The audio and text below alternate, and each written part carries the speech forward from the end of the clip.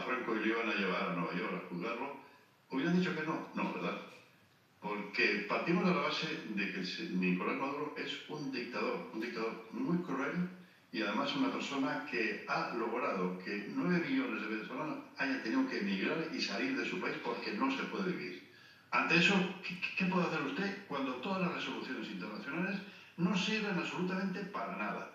Cuando el propio Maduro está en el Tribunal de la Haya, no lo juzgan y llevan, pues no sé cuántos años sin lograr sentarlo. Por tanto, lo que ocurrió ayer, a mí no me gusta la injerencia internacional, pero mucho mejor que lo que había antes de ayer. Por tanto, sí, me satisface lo que pasó en esa operación quirúrgica. Claro, señor Anasagasti, lo que nos decían aquí muchos expertos en derecho internacional, etcétera, era el temor del precedente, es decir, es que vamos a entrar en un mundo de la ley de más fuerte, que se genera un poco la pregunta de decir, ¿en qué momento la captura militar de un jefe de Estado extranjero pasa de vulnerar el derecho internacional a ser una acción legítima? ¿Dónde están los criterios, no? Bueno, le escuché a Yolanda Díaz, que me acuerdo de ella cuando se puso a llorar en un acto público en Galicia, cuando murió Hugo Chávez, pues chavista redomada, decir que poco menos que esto es el acabose, ¿no? Pero no le escuché cuando Putin invadió Ucrania.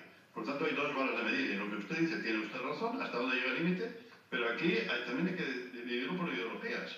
Porque si a la señora Yolanda Díaz y a Podemos y a Yone Belarra les parece un horror lo que ha ocurrido con Maduro, pues a los demás nos parece un horror lo que está ocurriendo en Ucrania. ¿Cómo arreglamos esto? Pues lógicamente tiene que haber instituciones internacionales respetadas, que no son respetadas. No se ha ido respetada en Palestina y no ha sido respetada ni en Kiev ni ahora en Venezuela. ¿Qué cree que tiene? Sí. El Comité de Derechos Humanos de Naciones Unidas ha condenado reiteradamente, y además en el informe Bachelet, a la dictadura de Maduro. Pero no ha servido absolutamente para nada. Y eso sí que es una resolución internacional, que no ha sido, simplemente está ahí y nada más. Y con estos datos que dan, ¿qué lectura hace de lo que decía ayer Donald Trump? Le hemos visto que no ha hecho referencia a María Corina Machado como una alternativa de liderazgo y que incluso parece que apuesta por Delcy Rodríguez, de momento. Bueno, vamos a ver, yo creo que Trump, yo en mi vida le hubiera votado a Donald Trump. Es un personaje muy peculiar, ¿no? No le gustó nada que el Premio Nobel de la Paz se lo dieran a María Corina. Usted recordará cómo el presidente Biden le recibió a María Corina y Trump no le recibió a María Corina. Es un personaje de filias y de fobias, ¿no? Pero la realidad es la realidad, y María Corina Machado representa la oposición venezolana en este momento, el presidente electo, Gonzalo de Urrutia, por una parte. Por tanto, pues lo que dijo, pues no me gustó nada, sobre todo desde el punto de vista de la caballerosidad, se podía haber quedado callado, pero no lo dijo. Y la transición, imagínese usted, en España muere Franco y no hay una transición con Adolfo Suárez. Pues no sé lo que hubiera ocurrido, tardó un año o un año y medio por fin unas elecciones democráticas. Y esas elecciones democráticas se tienen que dar en Venezuela y seguramente se presentará María Corina y ganará de calle. Por tanto, yo no estoy tan apesadumbrado por lo que dijo ayer, conociendo el personaje de Trump y no gustándome nada su falta de caballerosidad. Entonces, entiende que debería desarrollarse una transición siguiendo las metáforas que está usando, como la ley, desde la ley, algo así como, bueno, mantener el sistema anterior, pero hacer más hueco para las fuerzas de la oposición.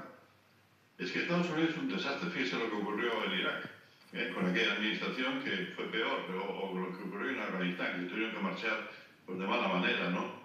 De esta forma, no lo sé, nos lo dirá el tiempo si acierta o no dejando a Delcy Rodríguez. Que no olvidemos que Delcy Rodríguez pasó por aquí, por el aeropuerto de Barajas, y el señor Bolaños estuvo de anfitrión. Por tanto, es un personaje también muy especial, Delcy Rodríguez, que habría que seguir los pasos. Pero entre la situación de Venezuela, pues con una dictadura, a una dictadura, entre comillas, tutelada, con unas ciertas posibilidades, con que se abran las cárceles, porque ahí, digo, entre ellos dos bilbaínos. Usted recordará que fueron allí al Orinoco, los secuestraron, los metieron en una cárcel y les acusaron de que eran poco menos que miembros del CNI que estaban preparando un atentado contra Maduro, y ahí siguen, y nadie se acuerda de ellos, ¿no?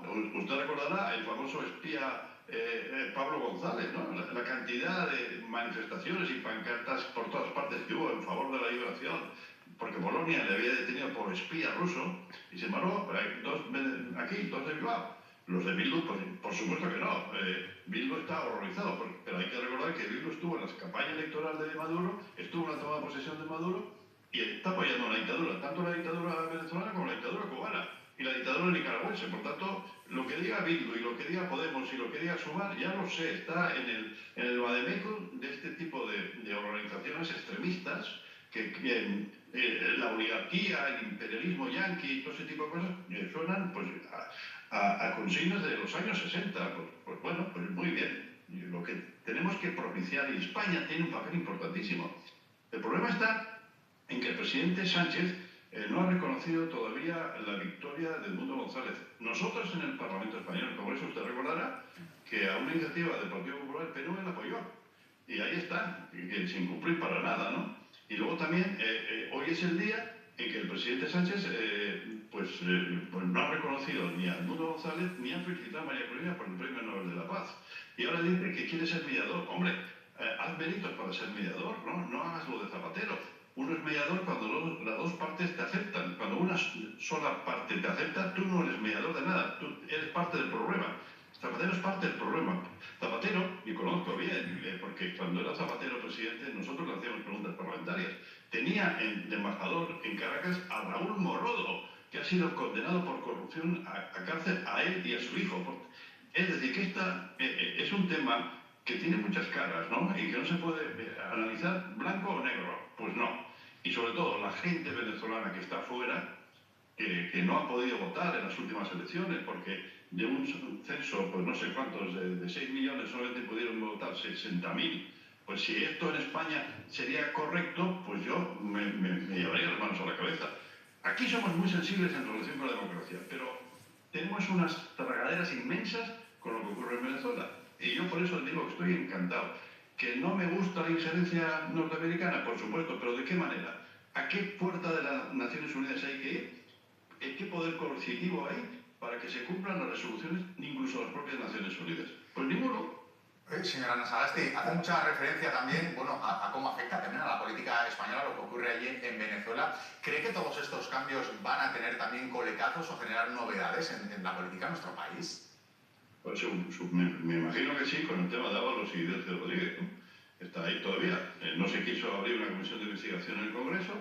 Esto está en sede judicial. Irá llegando. La justicia es lenta, pero al final termina llegando. Claro que tendrá repercusiones. Y a mí lo que me gustaría es que España jugara el papel. En Europa, el único país que puede tener un papel activo es España. Y no lo está teniendo. No lo está teniendo. A pesar de lo que diga Sánchez diciendo, no, nosotros le tenemos aquí a Edmundo González. Sí, es una realidad, pero usted recordará como a Edmundo González Urrutia le hicieron una encerrona en la embajada española y de ahí tuvo que salir y está en España. Efectivamente, está en España. Pero nada más. No está haciendo Señora Ana Sagasti, o sea, ¿usted exigiría más contundencia? Porque en cierto sentido es verdad que con todos esos elementos sí daba la sensación que era un intento del gobierno de, digamos, de no romper lazos con ninguna parte, quizás para intentar poder tener algún papel más activo en una situación como esta. Sí, mire, yo tengo, bueno, estuve en la misma comisión parlamentaria que Pedro Sánchez cuando era diputado raso, ¿no? Yo tenía buena relación con él, una persona correcta y agradable. Entonces muere Chiqui Venegas, que nació en Caracas, no olvidemos, que hay políticos españoles, Gabriel Rodríguez nació en Caracas, Antí, que el presidente Valer nació en Caracas, Venegas nació en Caracas, yo nací en Cumaná, en Venezuela, por lo tanto conocemos de lo que hablamos, ¿no? Y entonces muere Venegas, lo van a enterrar en el cementerio de Pollo en San Sebastián, y aparece, ahí está Alfonso Guerra y llega Pedro Sánchez. Nosotros habíamos estado hace un mes en Venezuela en una delegación de información del Senado, en un momento determinado. Yo era presidente de la Comisión de Iberoamérica de Asuntos Iberoamericanos y habíamos estado hablando con la oposición venezolana. No nos habían dejado visitar a Leopoldo López en Ramo Verde, no habíamos podido visitar a Ceballos en el Helicoide, habíamos podido visitar a Ledesma en su casa, pues estaba en arresto domiciliario, que era el alcalde de Caracas, que es el alcalde de Caracas en arresto domiciliario. Y bueno, eso sí pudimos visitarle, total, y logramos que en ese viaje estuviera Ander Gil. Ander Gil fue presidente del Senado y es una persona muy correcta, ¿no? Y le informaba a Pedro Sánchez de lo que estábamos viendo. Entonces yo en ese entierro de Venegas se me acerca, me dice, Iñaki, tenemos que cambiar la política de Zapatero. No hay derecho a lo que está ocurriendo de España con Venezuela. Hay que cambiar. Bueno, para mi sorpresa, yo encantado de la vida, claro. Y dice, bueno, esto va a cambiar. Bueno, pues llevó pues, que el apoyo de Podemos y llevó pues, a Ábalos y Delcy Rodríguez y llevó a Zapatero, que Zapatero ha hecho carrera en Venezuela, y como ya le digo, las hijas, no digamos, de Zapatero en Venezuela también, y bueno, estamos como estamos. Por eso yo creo que España tiene que retomar un hilo conductor de decir, aquí nosotros tenemos que ser, pero mediadores de verdad. No, no como Zapatero, que Zapatero para mi gusto y para mi mal gusto es un chavista más. No se puede ser tan parcial como lo ha sido Zapatero. Y además todavía Zapatero, pregúntele usted si reconoce a Edmundo González de Urrutia o si felicita a María Corina por su premio Nobel. Y eso me parece indecente. Cuando públicamente en los mítines del PSOE tiene un discurso totalmente distinto a lo que tiene en Venezuela, que es avalar y blanquear una dictadura. Iñaki Anasagasti, acabamos de confirmar de nuevo en directo que efectivamente usted habla sin pelos en la lengua. Gracias por haber atendido a la Radio Televisión Pública. Es que recasco, Taegunon, Agur.